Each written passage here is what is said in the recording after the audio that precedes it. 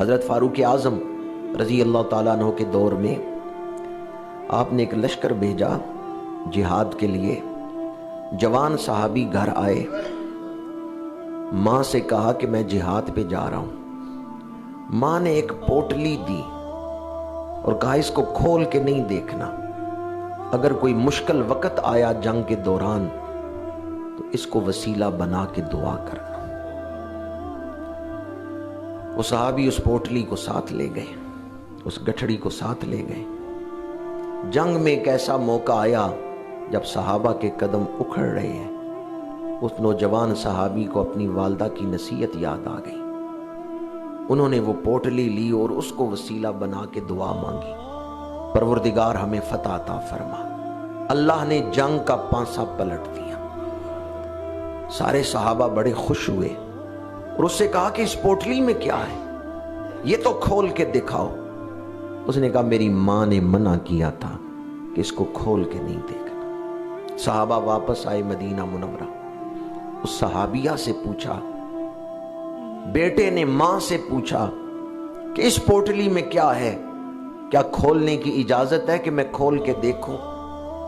اس کا تجربہ تو ہم نے کر لیا کہ اس کو وسیلہ بنا کے دعا مانگی، اللہ نے دعا قبول کر لی۔ اس صحابیہ نے کہا اس میں اور کوئی چیز نہیں، میرے بال ہیں، میں جب بھی کنگھی کرتی تھی بالوں کو پھینکتی نہیں تھی، جمع کرتی رہتی تھی۔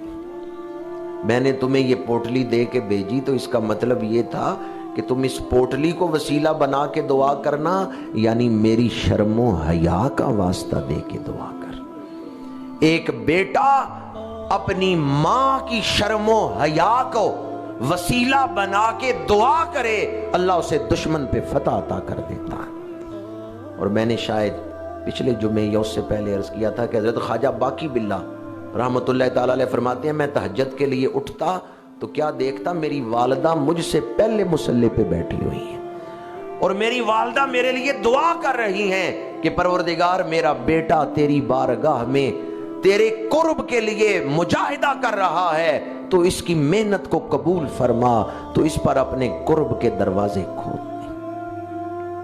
ہماری آئندہ نسل، آئندہ قوم بہنوں بیٹیوں کے رحم و کرم پر ہے۔ دوبارہ یہ جملہ بول رہا ہوں، میری بہنوں بیٹیوں تک یہ بات پہنچا دیں، مرد تو باہر ڈیوٹیوں پہ رہتے ہیں، مرد تو باہر کی ذمہ داریوں میں مصروف رہتے ہیں، گھر کا ماحول بنانا عورت کی ذمہ داری ہے کہ گھر میں کس طرح کا ماحول بنانا ہے، یہ عورت کی ذمہ داری۔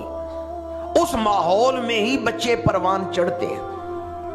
ہماری آئندہ نسل بہنوں بیٹیوں کے رحم و کرم پر ہے۔ اگر آج میری بہنیں بیٹیاں اپنے فرض کو پہچانیں، اپنی ڈیوٹی کو پہچانیں، اپنی ذمہ داری کا احساس کریں کہ اللہ تعالیٰ نے ان کے ذمے کون سی ڈیوٹی لگائی ہے، مسلم قوم ان کی گود میں پرورش پا رہی ہے، اگر وہ اپنی ڈیوٹی کا احساس کر کے اس کو ادا کریں تو آئندہ نسلیں ان ماؤں کو سلام کرتی رہیں گی۔